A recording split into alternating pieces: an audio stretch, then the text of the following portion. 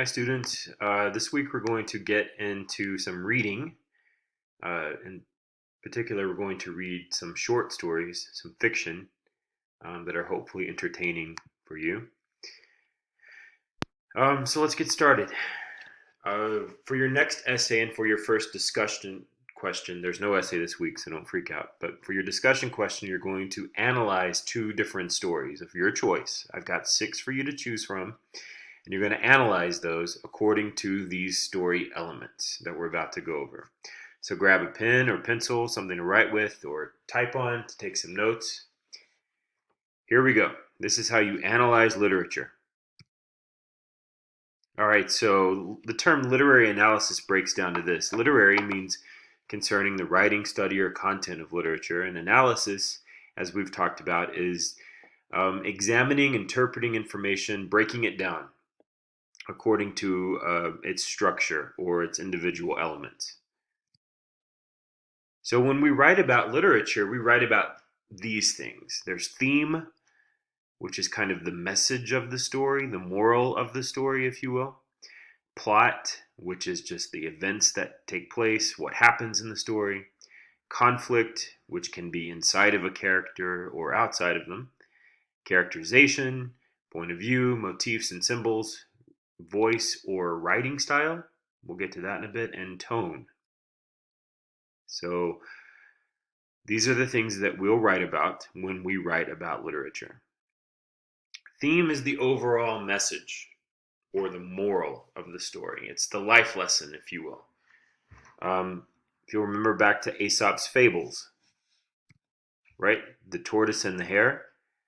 In this fable, the tortoise is really cocky and arrogant, and he's racing this tortoise, and turtles are pretty slow.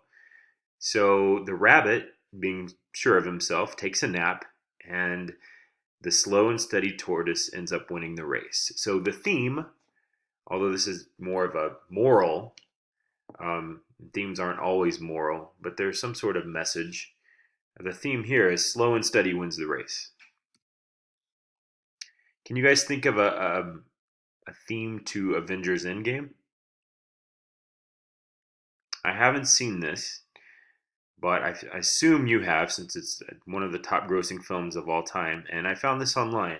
Someone posited that the theme of Avengers Endgame is keep a check on your friends, even the ones you perceive to be the strongest. And again, there are multiple themes. It's kind of what you, as the viewer or the reader, bring to the table. It's informed by your point of view, your lived experience. So there can be multiple themes to any one piece of fiction or nonfiction or movie or book or whatever it is that you're enjoying.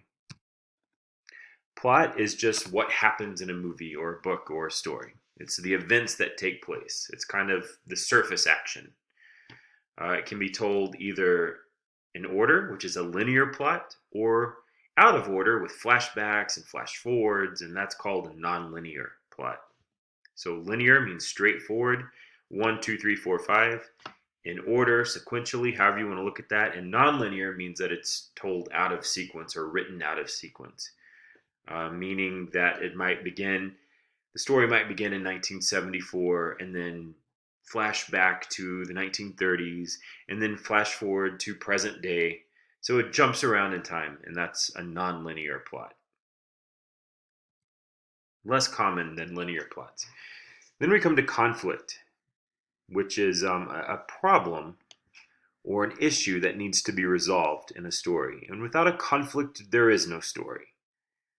So you can think of any movie or TV show you've watched, and you can usually identify a conflict right away. Conflicts can be internal or external, and different external, they break down sometimes into character versus nature, character versus society, character versus character. Let's take a look at those external conflicts, meaning conflicts or issues or problems outside of the character.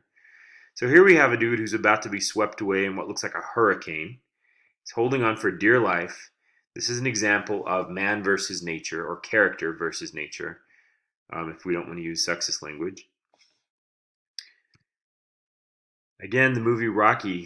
Here's Rocky about to fight Apollo Creed in the movie, one of the Rocky movies. I forget which one, but this is definitely a conflict, something that needs to be resolved. They're about to have a boxing match, so it's external because it's outside of Rocky. It's not an emotional problem he's going through. It's right there in front of him. He's going to fight this guy, and that is an external conflict, or character versus character, man versus man is another way to phrase that external conflict. MLK, historical figure, civil rights leader. He faced an external conflict in that he was trying to change and challenge society. So that would be a man versus society conflict. And there have been stories and movies based on MLK, so I included him for this example of man versus society, or character versus society, that type of external conflict. And then there are internal conflicts, which a lot of literary stories, like the type we'll be reading, deal with. Sometimes in addition to an external conflict, but these are problems and issues that a character carries around inside of themselves. So this girl here looks depressed. So she's not really battling anyone or facing any conflicts except within herself.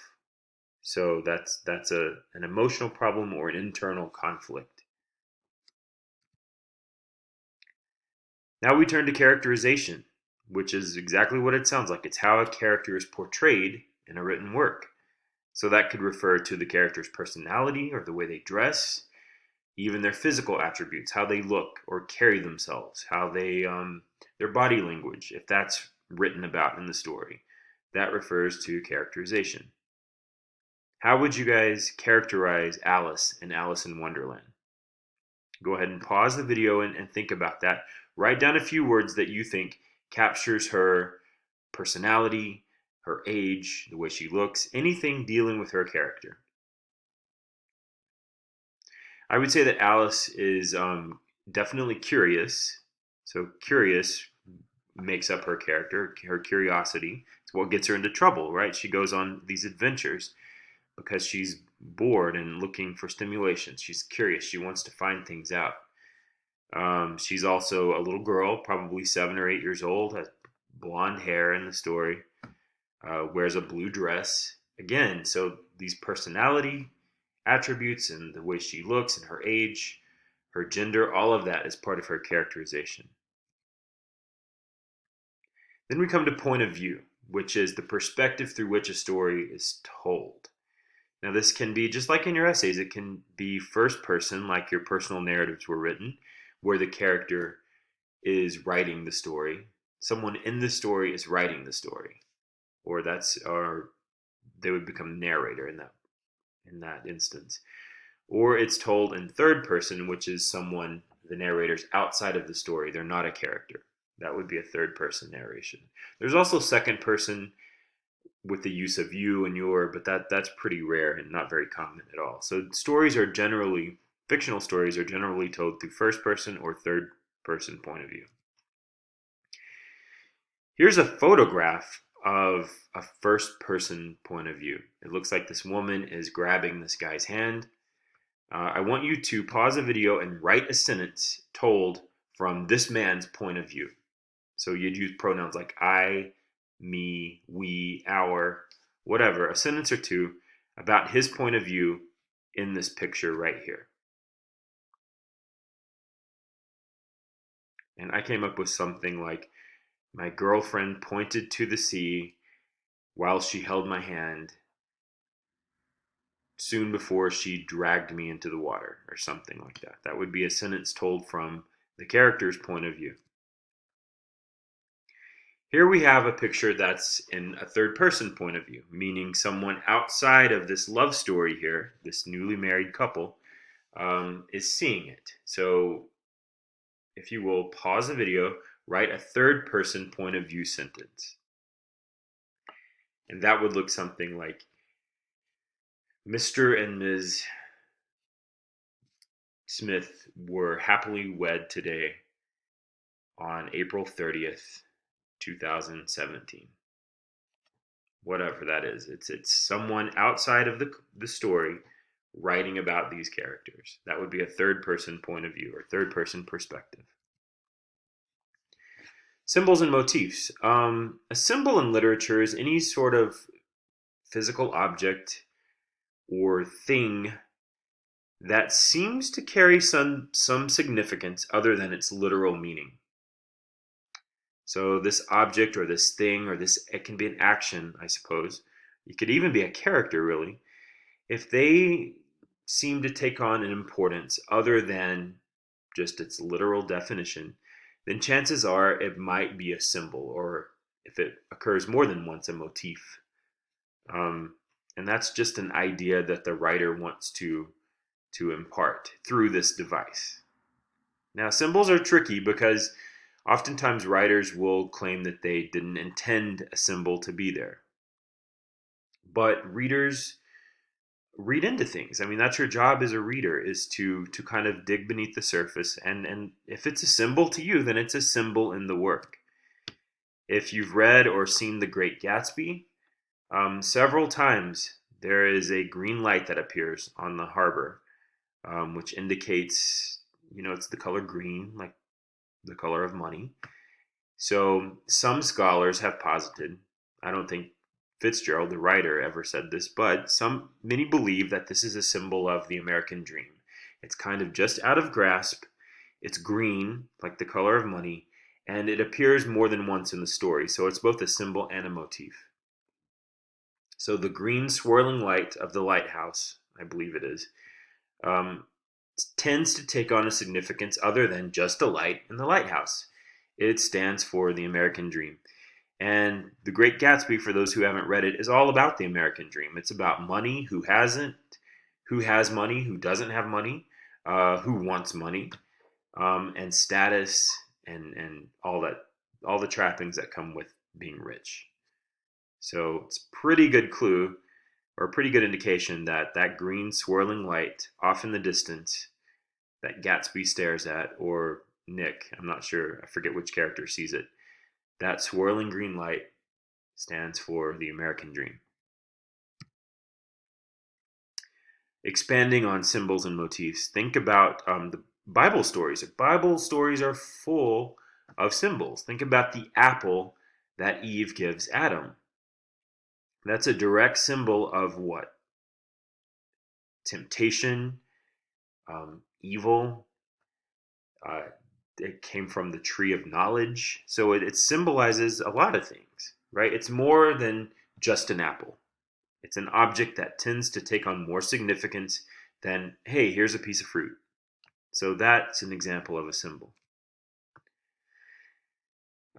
Voice and writing style. That's kind of the same thing. When we refer to the writer's voice, we're referring to the way they write, how long their sentences are. If they're fancy sentences that are very verbose with a high level vocabulary, or if they're short, to the point sentences that a third grader could read and understand. There are many different writing styles and writers' voices out there.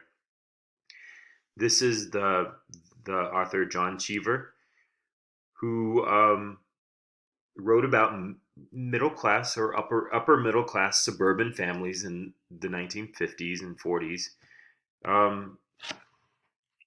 So the language reflects those people, these educated, well-to-do white people back in the day.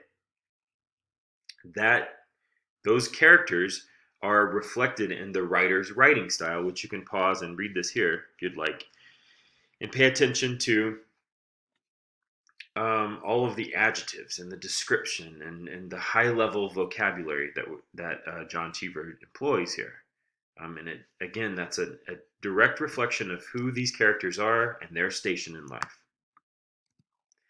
At the opposite end of the spectrum, we have Raymond Carver, who wrote about sort of hardscrabble, working class, or poor people. And then again, the language, the voice, and the writing style reflects those types of characters. And here, if you want to pause the video and read this is a working class couple dealing with some abusive language and domestic violence.